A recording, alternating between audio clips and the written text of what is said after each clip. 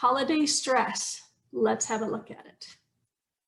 And of course, my little buttons won't work for some reason. There we go. Canadian Mental Health Association, we've been around for 100 years and a little bit. We do things like this. We go out into the communities when it's not during COVID or in the orange level. That's where I am right now in orange. I'm in the Charlotte County area. But normally we'd be going out into the communities, bringing awareness and education about mental health and mental illness. But for now, we are doing a lot of webinars, things online. You'll see in the chat that we have a YouTube channel and a website, so you can check those out for more information of programs and webinars that we do online, since we're not able to be out in the community as much. We have 18 locations provincially.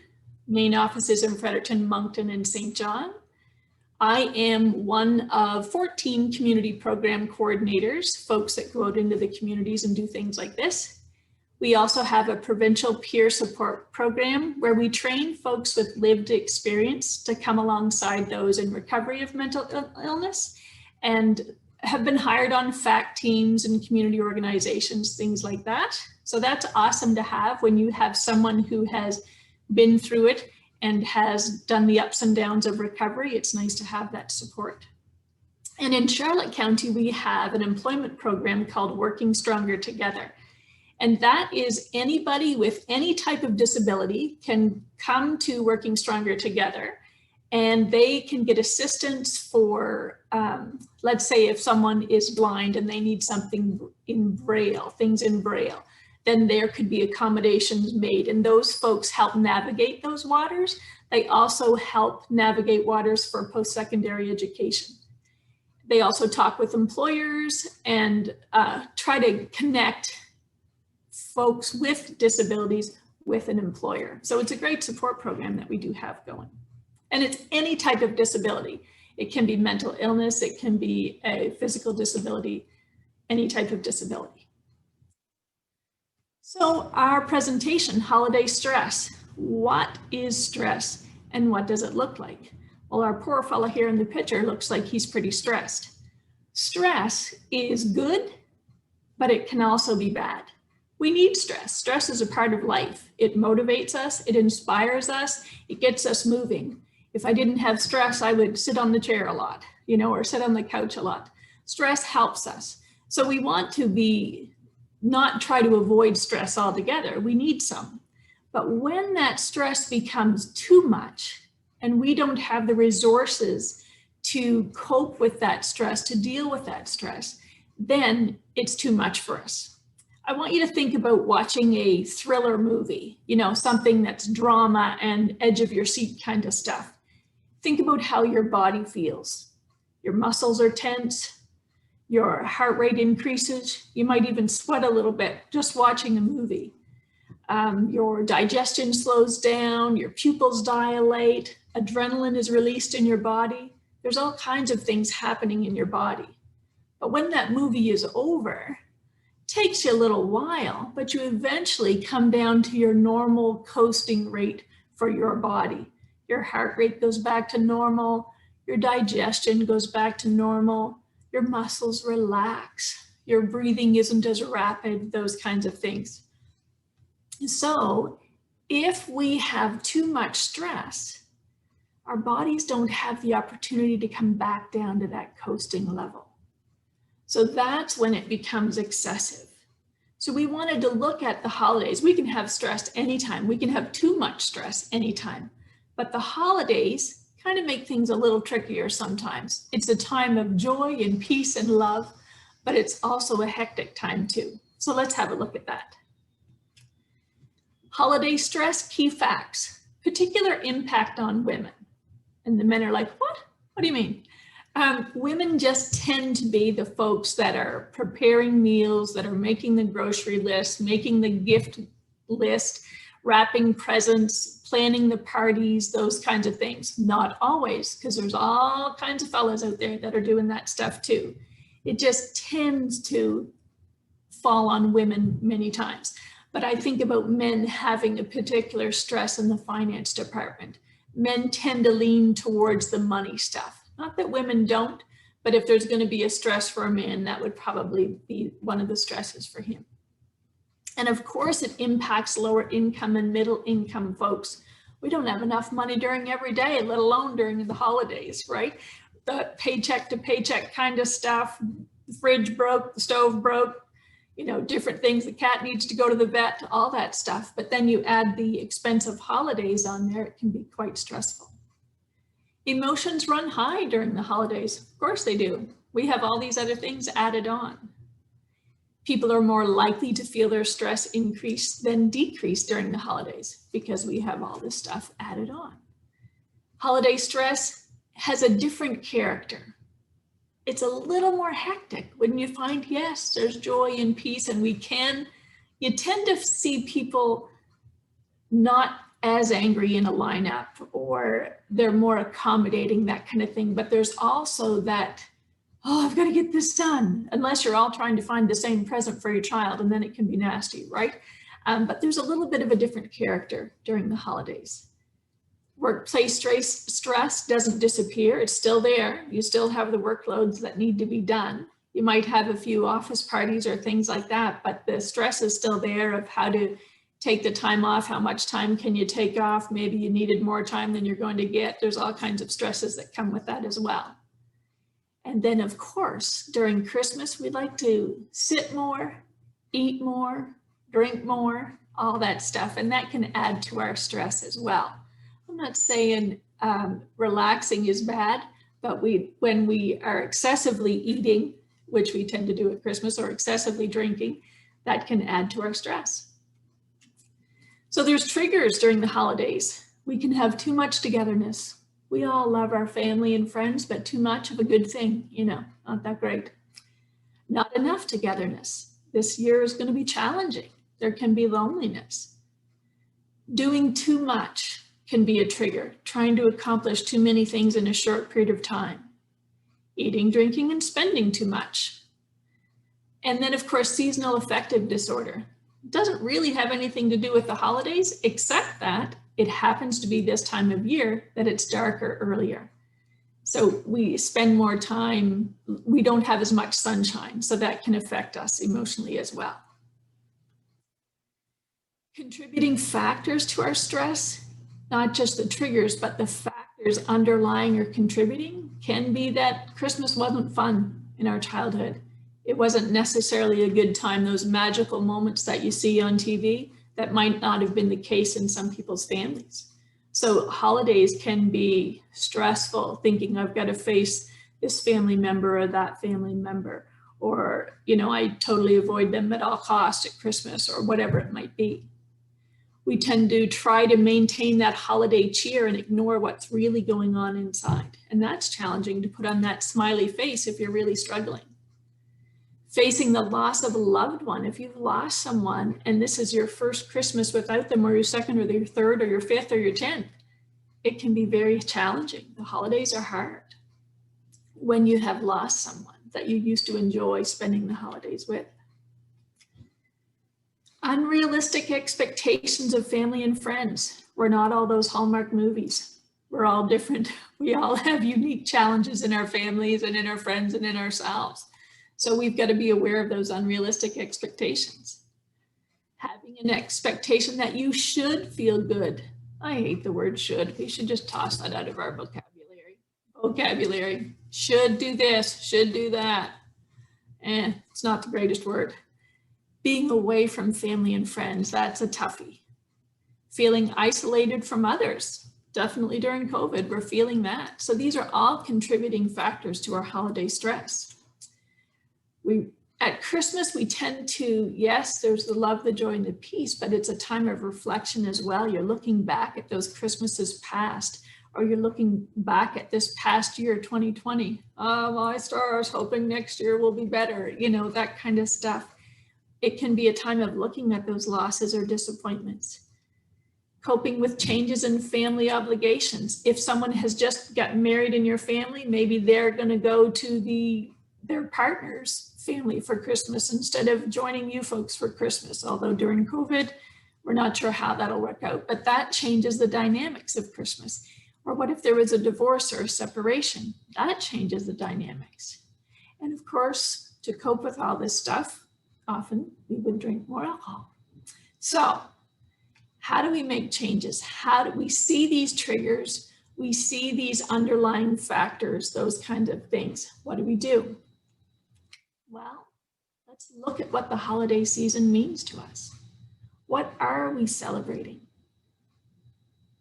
Consider those past holidays. Where did you invest your energy? Was it worth it? And as I speak these, I'm hoping that your wheels are turning in your mind to think, yeah, what am I celebrating?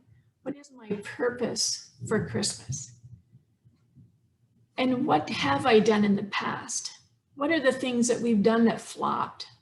What are the things that I've put so much effort into that really didn't serve the purpose it was supposed to serve? Was it worth it? How much money are you forking out for what purpose? As a family, you can consider traditions and rituals that you practice. Which ones do you enjoy? Which ones do you need to scale? Maybe there's new things you need to try. The old things haven't been working. There's some traditions that have been great, that have passed down through your family from generation to generation. But are they over now? Have they had their time and now something has to be different? Or are they those ones that you really hold on to, that you nurture, that you don't want to go without? Think about the ones that bring your family closer together.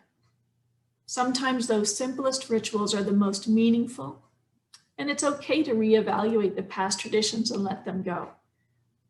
The key is to take care of ourselves, to find those traditions that you as a family, we as a family can work through and just settle well with us. And the ones that haven't, you can toss. What about our gift giving? Set that budget. We definitely overspend at Christmas.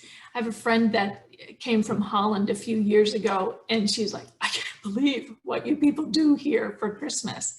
They do very minimal, like they celebrate, they eat together, they enjoy the holidays, but their gift giving is on a much smaller scale than what we do here. So let's look at that. Are we trying to keep up with the Joneses? Are we trying to outdo someone else?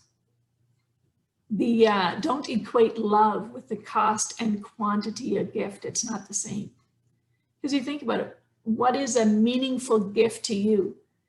You don't necessarily remember the big expensive gifts, but you remember the ones that were meaningful. Maybe someone made you something.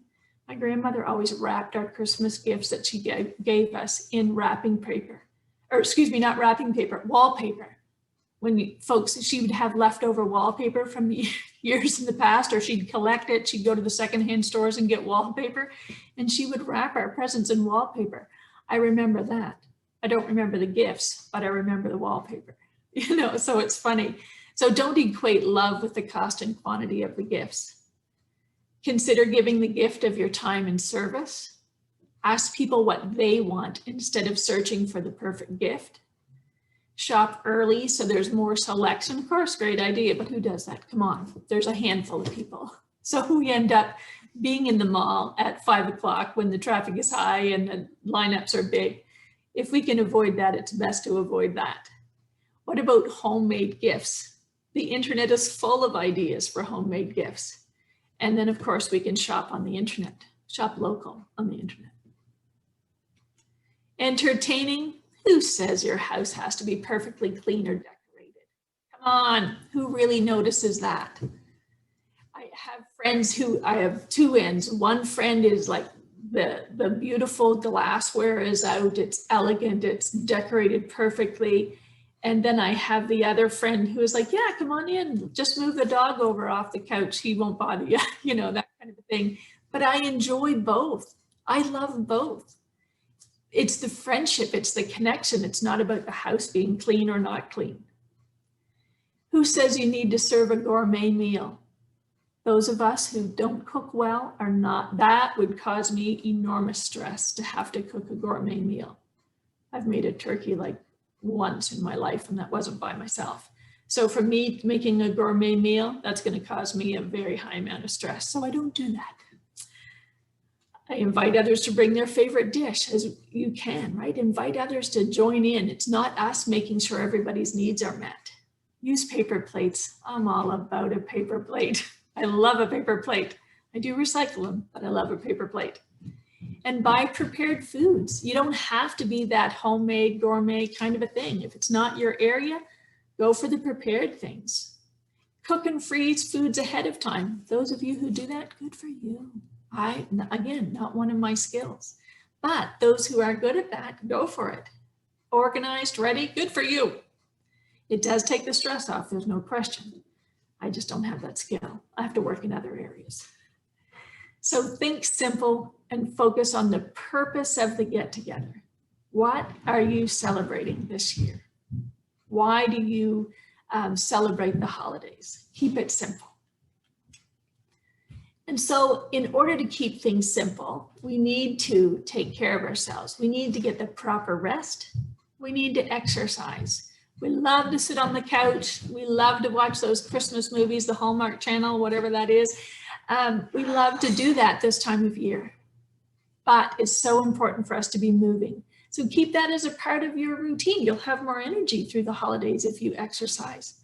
Could be a walk, could be, any type. Do a few squats throughout the day, a couple of jumping jacks, that kind of thing. Just keep your body moving and communicate. We need people. We are not good by ourselves. We need to share what's inside. We need to bond. We need to connect. So make sure you communicate however you can do that this year. Organization is great. It's wonderful to have your list ready ahead of time before you go into the stores shopping for gifts or groceries, whatever it might be. Don't forget to play.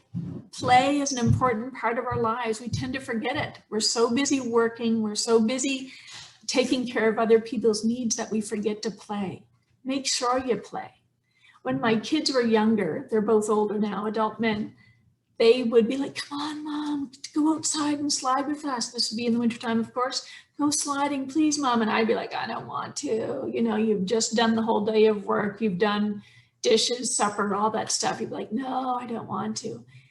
They would be at me long enough that I would go out in the backyard because we have a dusted dawn light in the backyard and go sliding. And I'd be out there and I'd be like, oh, I'm so glad you got me to come outside with you. This is great. I love it. You see the stars, you're enjoying the fresh air. I didn't want to play, but when I did play, it made a big difference. So I encourage us to play, whatever your play looks like, even if you don't want to. It's like exercise. Don't really want to exercise, but once you start doing it, you're like, yeah, that was good. I feel better. It releases feel-good chemicals into our brain. So let's move. And our life balance. We also need to receive. We give and we give and we give. We need to make sure we receive. We need to balance out these things that you see on the list in our lives, but we need to get better at receiving. So the other thing to look at is that loneliness during the holiday season. Christmas season is not only of rejoicing, but it's of reflection, as I had mentioned before. So these can be challenging times. And as you get to the end of this webinar today, there's a couple of websites that I put on the resource page. We have a little resource page at the end. I kind of forget what they are right now, but they're online websites for grief. So if that's something you're struggling with, maybe check those out, because dealing with loneliness or grief can be very hard during the holiday season. So if you are dealing with loneliness, you be good to yourself. Give yourself a little pamper. Take care of yourself. Understand that you're not alone. There's thousands of people that deal with loneliness during the holiday season. So you're not in this alone. You're not the only one alone. Rethink your expectations. Again, we're not those Norman Rockwell paintings. We're not the Martha Stewart Christmases. We're not what you see on social media. We're not the movie standards. All those beautiful, wonderful things that you see on Facebook or social media are not 24/7. Everybody has their ups and downs. Everybody has struggles. Everybody has challenges. What you see on social media was like 2 minutes in a household, right? So it's like setting those expectations to be what you should have or the way things should be. Be good to yourself. Enjoy what you have. Get connected. Who are those long lost friends that you haven't chatted with in a while?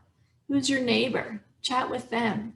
Make connections with people. Go a little deeper in your conversations with folks. Don't just do the fluff. You know, ask some questions. Try to build that connection with people rather than just, oh, hi, how are you today? With not really expecting to hear their answer. Find ways to get connected with others. Cultivate gratitude. You can do a journal. You can think about all the things that you do have. Try not to focus on what you don't have, but have a look at what you do have, what you do have in friends and family, what you do have in skills or hobbies, in your community. What are the things that you do have? Give to others. Give and you shall receive. It's so true. When you give to others, it releases feel-good chemicals into your brain. It makes a difference. So if you're struggling, if you're having a hard time, reach out there, make connections, give to others of your time, or maybe it's baking something, or maybe it's holding a door, whatever it might be, give. And examine your feelings. Don't be afraid to look at your emotions. Don't be afraid to look at how you're feeling. And if you need some help, reach out. You'll also see in our resources the CHIMO Helpline. That number you can call for anything at all. If you're lonely, if you're sad, if you're stressing over finances, if you're not sure what to buy your grandmother for Christmas, you can call that CHIMO line for anything. So examine your feelings, and if you can't get past the struggles, reach out for help. Maybe check out if you have an EAP program or your local addictions and mental health agency, friends and family, all of that. So we also have to manage our time. Oh, our time. It runs away with us. We make hundreds of decisions every day. So our brains are always working. So how do we manage our time? We can plan ahead. Sure, make the list. What do I need to do today? And check off those things as I get them done. The things that need to be done next month, don't put them on your list. Don't worry about them. Just focus on the next few days kind of a thing. And take a breather. Remember what I said about our stress. We're tense, our heart rate is increased, all of those things. We got to come back down to a normal level.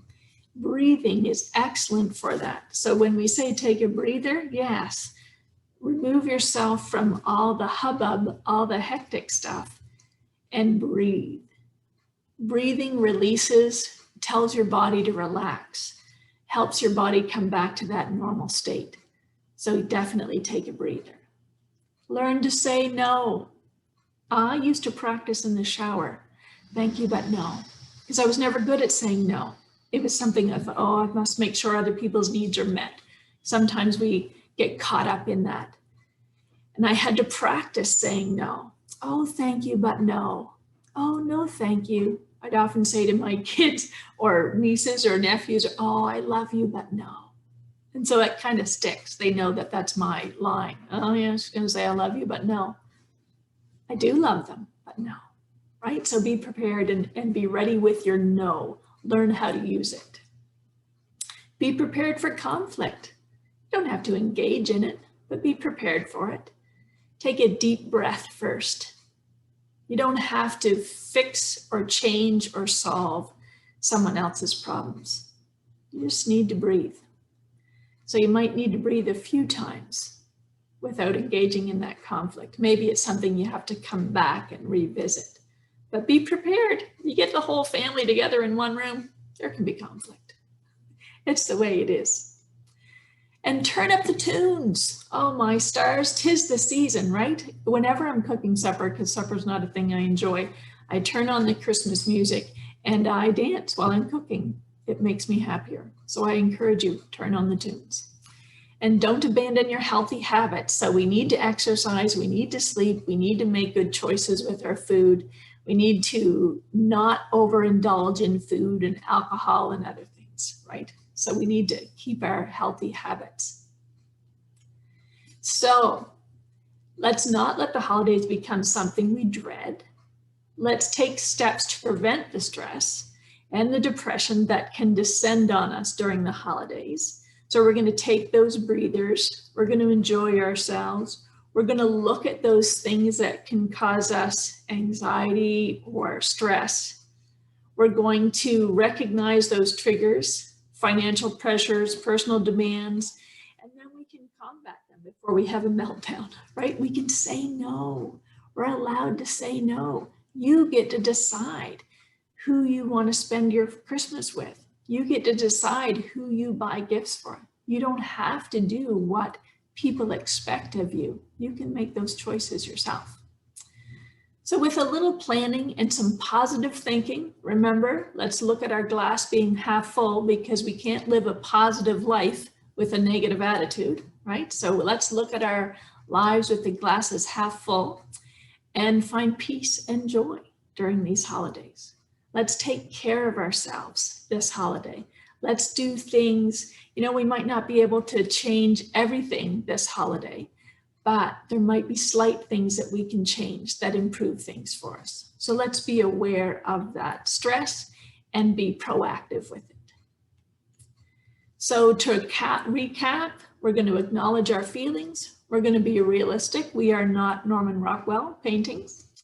We are going to reach out because we're important and we're valuable, and we know other people will enjoy us too. So it's important to reach out and make connections and have a tech-free holiday. Don't spend your time answering emails and making sure you're checking your phone every few minutes. That can cause us stress too. Go tech-free. Let people know, hey, you know what? I'm going to call folks on this day or that day. And if I don't answer, it's because I didn't have my phone on me. I'm going to try to set it aside, but I will get back to you, that kind of a thing. So enjoy tech-free holiday if you can. That's a tough one, right? We're all used to having our phones. Speaking of having our phones, here's mine now, right? Totally in front of me because I use it for my clock. Or whatever. I can't answer my emails right now, but I can use it for a clock. So they tend to be with us all the time. Practice keeping it away, practice turning it off and letting people know that this is what you're doing so they don't have that expectation. They know that you're turning it off. So, oh yeah, she's not going to answer her phone now because she shuts it off from 6 to 9 or something like that. So here are the resources. There's the CHIMO Helpline. So that's a number you can call 24/7 in New Brunswick, any time of day, right? The Kids Help Phone is the same idea. Kids can also text TALK 668-6868. Make sure you connect with your friends and family, those people that you enjoy. If you have the friends and family that have not been helpful, that have been abusive, that have been hurtful in your life, those aren't the people that you're going to connect with. You don't have to. There is nothing that says you have to. You reach out to those people that love you and you're able to love them back. Volunteer organizations in your communities, you can check those out, a way to give throughout the holidays. Of course, the number is 911 for emergency, 811 for your health, and 211 for any information you need, basically. And then the next two websites are mygrief.ca and whatsmygrief.com. Those are two great websites for grief. And on whatsmygrief.com, I think there's like 64 ideas that you can do to help you with grief through the holidays. There's some lovely ideas on there. And I mean, if you can't find them there, I'm sure there's lots on the internet. It's like making a special ornament for someone that you have lost and putting it on the tree that year, or setting a place at the table, having that empty chair. But if that empty chair is too painful, then maybe don't have the empty chair, but don't feel guilty about it. It's enjoying the holiday season and life without guilt. You're entitled to your feelings. You're entitled to your struggles. It's just the way life is. We can't walk through water without getting wet. So be okay with your feelings and get rid of the guilt. just like that word should. Get rid of that too. So thank you so much for joining us tonight. Thank you from myself and from Martha. I hope this has helped you. I hope you have some ideas. I hope you learn how to take care of yourself a little better than what you have been. And I do hope from Martha and I to you that you have happy, stress-free, if you can, holidays. Does anybody? Lisa, we did have one question. Sure. Earlier on, someone had asked if you have to live in Charlotte County to access your Working Stronger Together program. I said, I thought you did, but we double check in case it had changed. You do, but if you check that 211, if you call 211 and ask them, because there's different organizations in different areas, and I believe it's funded through PETAL, P-E-T-A-L.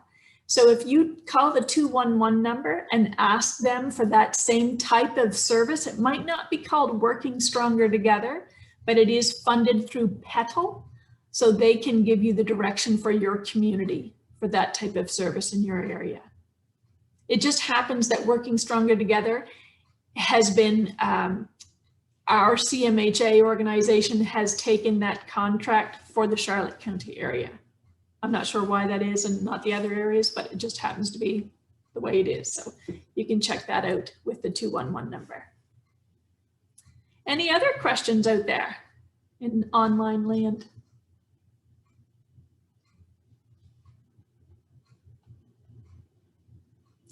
Again, there is a feedback as soon as we leave this presentation, as soon as we close off, then there will be a feedback form that pops up. If you would be willing to fill that out and hand that in, it's all anonymous. We certainly appreciate it. And we thank you for joining tonight. And again, hope that you have wonderful, wonderful holidays. Thanks for joining us.